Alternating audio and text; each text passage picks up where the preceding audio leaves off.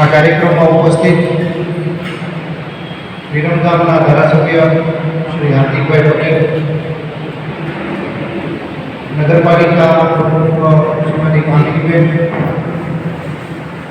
તાલુકા પંચાયત પ્રમુખ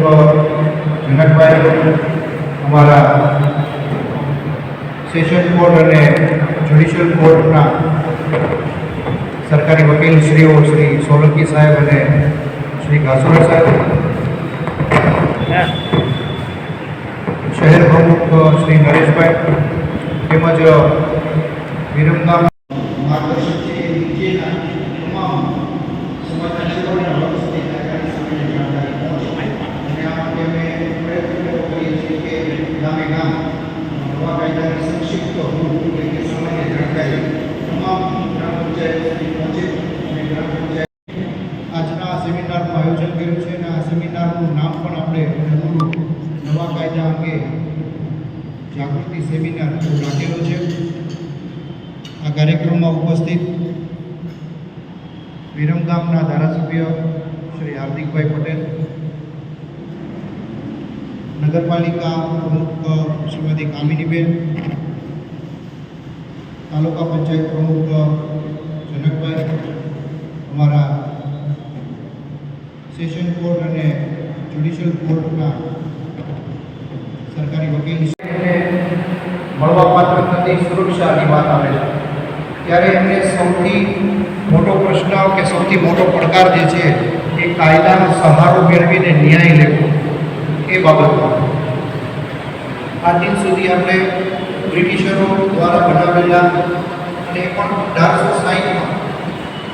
આ વિચારી શકું છું કે 200 વર્ષથી પણ જૂનો જે કાયદો છે એ કાયદો હજી સુધી અમલી હતો. વખતો વખતની સરકારોએ એમાં ફેરફારો કર્યા, નવા ખાસ કાયદાઓ બનાવ્યા,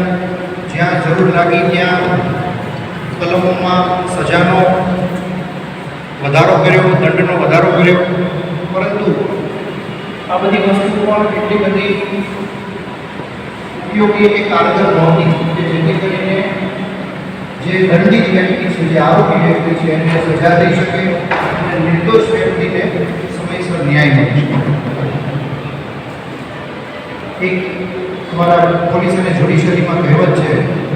કે જસ્ટિસ ડિલેઝ ઇઝ જસ્ટિસ ડિનાઇડ.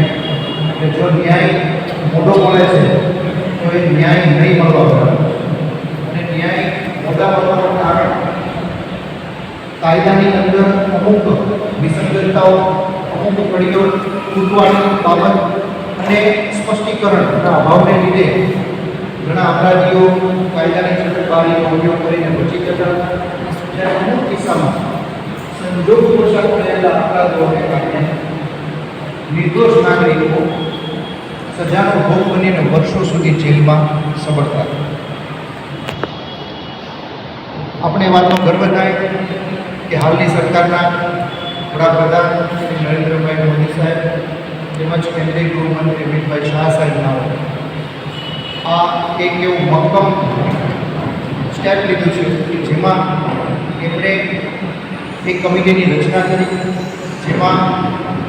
હાલના જે વર્તમાન કાયદાઓ છે એની અંદર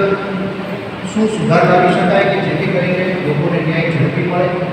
થોડી હેરાનગતિ ન થાય અને નિર્દોષ નાગરિક ભોગ ન મળે.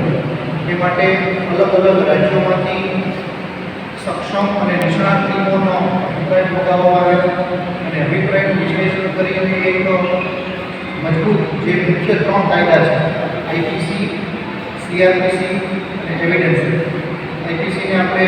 દેશી ભાષામાં વાત કરીએ તો ભારતીય ફોજદારી કાયદો, એટલે કે સમાજમાં જે કોઈ પણ કાયદા વિરુદ્ધના ગુનાઓ જે વ્યક્તિ કરે છે એને શું સજા કરવી એની જે જોગવાઈઓ છે એ ભારતીય ફોજદારી ધારા એ ગૃહ